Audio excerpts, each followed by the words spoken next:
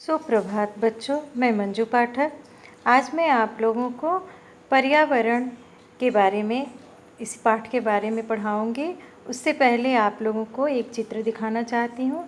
देखिए, ये झरना, पहाड़, जंगल, नदी, ये सारे प्रकृति ने हमें इतनी सुंदर वस्तुएं दी हैं, इतनी अच्छी चीज़ें दी हैं, लेकिन आज मनुष्य जो है वो अपने कार्यों की वजह से उसे दूषित कर रहा है। और किस प्रकार से वो पर्यावरण को प्रदूषित कर रहा है वो हम इस पाठ में पढ़ेंगे। यह पाठ संस्कृत विषय के कक्षा 7वीं के पंचदशः पाठ अर्थात पाठ 15 इस पाठ से है, जिसका शीर्षक है पर्यावरणम। तो चलिए इसको शुरू करते हैं। इस पाठ का वाचन और अर्थ। मनुष्यो यत्र निवसति अर्थात मनुष्य जहाँ रहता है, यत् खादति जो खाता है, यत् वस्त्रम धारयति जो वस्त्र पहनता है या धारण करता है, यत् जलम पीबति जो जल पीता है, यस्य पवनस्य सेवनम करोति और जो पवन का सेवन करता है अर्थात जो हवा वो सांसों के द्वारा ग्रहण करता है, लेता है। एतत् सर्वं पर्यावरणम् इति शब्देन भिधीयते अर्थात ये सारे शब्द जो हैं, ये सारे शब्द पर्यावरण शब्द से संबंधित हैं। अधुना पर्यावरणस्य समस्या न केवलं स्वदेशस्य एव अपितु समस्त विश्वस्य समस्या वर्तते। आजकल पर्यावरण की समस्या न केवल स्वदेश अर्थात भारत की है, बल्कि समस्त विश्व की ये समस्या है। यत् जलम यश्च वायुः अद्य उपलभ्यते तत्सर्वं मलिनं दूषितं च दृश्यते। आज हम जिस जल और जिस वायु का आज हम उपयोग करते हैं, वो सारे मलिन और दूषित दिखाई देते हैं। उद्योगशालानां मलिनं जलं नालिकानां माध्यमेन गंगासदृशीं पावनी नदीम अपि मलिनायते अर्थात उद्योगशाला नाम कारखानों से निकला हुआ जो मलिन जल होता है, गंदे पानी होते हैं, वो नालियों के माध्यम से गंगा जैसी पवित्र नदी को भी मलिन कर देते हैं, दूषित कर देते हैं। धूम नलिकाभ्यः निस्सरन् दूषितो धूम राशि अद्य पवित्रमपि आकाशम दूषयति। अब ये चिमनी जिसे कहते हैं, धूम यानी धुआं और नलिकाभ्य यानी धुआं निकलने वाला नली, जो चिमनी आजकल हम कहते हैं, तो जो उद्योगशालाओं में, कारखानों में चिमनियाँ लगी होती हैं, उनसे निकलने वाली दूषित धूम राशि यानी धुएं आज पवित्र आकाश को भी दूषित कर देती है। समस्तम जलवायुमंडलम पर्यावरणम विकृतम करोति।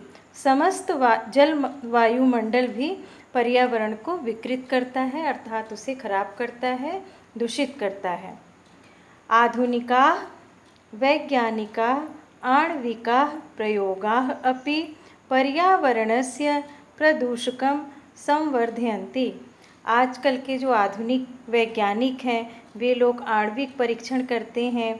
उन लोग आणविक प्रयोग के कारण पर्यावरण जो है वो प्रदूषित होता है, उससे प्रदूषण और बढ़ता है।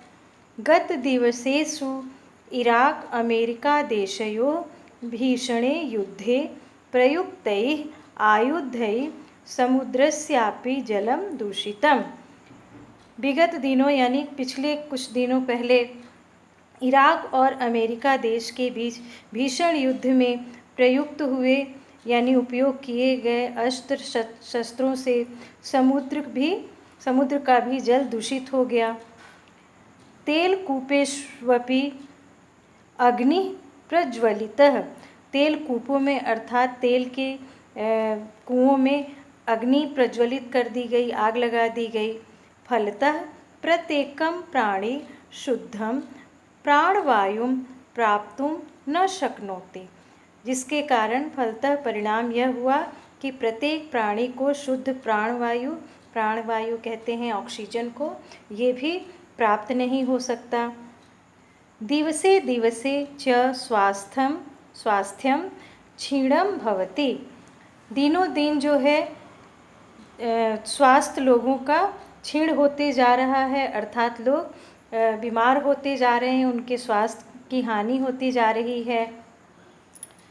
अस्माकं पूर्वजाः पर्यावरणस्य शुद्धतायै उपवनानाम् उद्यानानां च आरोपणाय धार्मिकं विधानं यज्ञानाम् अनुष्ठानं च कुर्वन्ति स्म।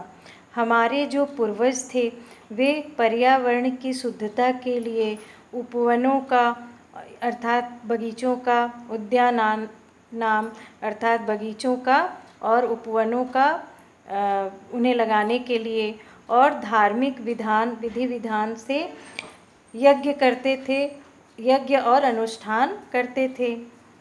साम्प्रतं वनानां छेदनेन वृक्षाणाम अभावो भवति। आजकल जो है वनों की कटाई की वजह से वृक्षों का अभाव होता है, अभाव हो गया है आजकल।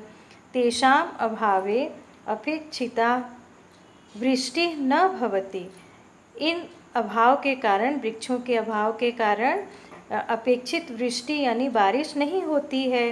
ये न अनावृष्टि प्रकोपो वर्धते, जिसके कारण अनावृष्टि अर्थात कम बारिश का प्रकोप बढ़ता है, अकाल का प्रकोप बढ़ता है।